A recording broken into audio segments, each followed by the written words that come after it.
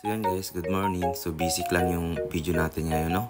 So mag-mount lang tayo ng tire. So magtuturo tayo dito sa mga positioning. So of course, bago natin yan lagyan ng tire at i-ano yung arm para sa installation, so lagyan nyo ng towel para iwas scratch ang ating bagong mugs. So ang position nito, pag nagtanggal kayo ng tire is nasa 1 o'clock. Yan, ganyan. So, pag magtanggal yan. Pero pag nag-install kayo, doon nyo i-position sa 4 o'clock. Okay? So, ang position na yan para sa mga may sensors na mga mugs. Okay? So, lalo na yung sa mga Lexus, Toyota, Camry, at saka sa ibang brand ng sasakyan.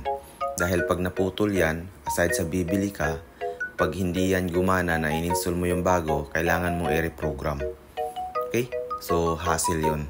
Kaya kailangan nyo talagang malaman kung paano ang positioning para hindi makadamage ng mga sensors. Kaya nakalagay dyan, position for tire installation without sensor or with sensor. Para masanay kayo, pag may sensor yung tire, alam nyo na yung position ng pagtanggal at saka pag-install. Okay?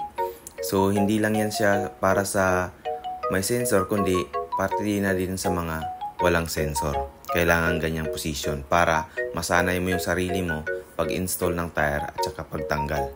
Okay? So, pati yung mga marking, yan, yung kulay dilaw is doon mo ilalagay mismo sa may valve. So, yung purpose kasi ng dilaw na yan, bakit doon mo siya ilalagay sa valve is balance kasi yan ng tire. Okay? So, hindi pa nakalagay yung mugs or hindi nyo pa binalance yan, may balance na mismo yung tire sa mismong maker nya. Okay? So, yun guys, pagkatapos nyong ma-install na yung gulong or yung tire, kailangan nyo linisan yung gilid mismo ng mugs, lalo na pag mga bagong mugs. Okay? Kasi merong dumidikit yan doon, mga itim-itim na galing sa gulong. Okay? So, after that, malinisan nyo, hanginan nyo na siya.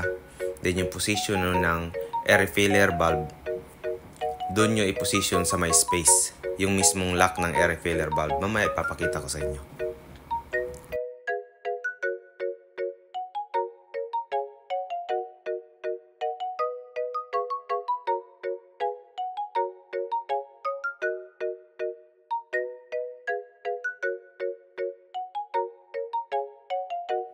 So yun guys, so makikita nyo dito yung position ng air refiller valve, yung lock niya, yung hinahawakan niya na lock is nasa doon sa may space na side. Kasi kung doon yan sa kabila, sa may yellow, kung yan dyan, is pwedeng magka-scratch yung bago nating mugs. Kaya dyan natin siya i-position. Okay? Para iwas tayo scratch sa mga bagong mugs. Okay? So, kalimitan kasi, yan ang mga reklamo ng customer na yung bagong mugs nila is may scratch doon mismo sa may valve position. Kasi dahil nga sa paghangin is doon nakaposition yung handle ng lock ng ating air refiller position. Air refiller valve. Okay? So pag may hangin na yan, so puputok yan. So maririnig naman yan, di kayo mabibingi yan. So yan. So kung makikita yung picture, yung nakaposition yung handle ng lock is nasa may space, hindi doon sa taas. So, ganon. Kasi kalimitan yan talaga ang reklamo ng customer is may scratch yung bagong mugs nila doon mismo sa may valve na position. Okay? So, yun guys, yung pressure naman ng gulong nyo, kung ilang pressure ang ilalagay nyo, is doon sa may driver side.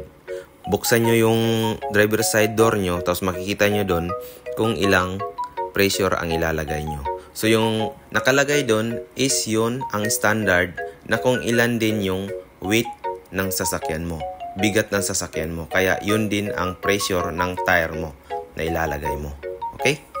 So, kung ilan nakalagay doon, 3.0. So, 3.0 ilalagay mo. So, wag mo nang dagdagan. Except kung yung tire mo is may nakasulat na extra load.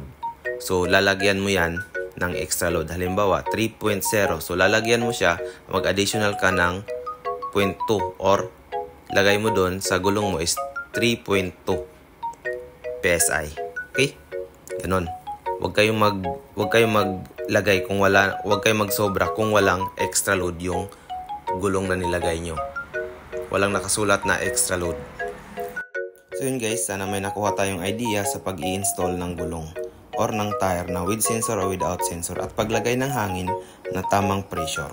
So yun guys, hanggang dyan lang yung video natin at maraming salamat sa inyong panonood at don't forget to click like, subscribe, comment at kung anong gusto nyong video.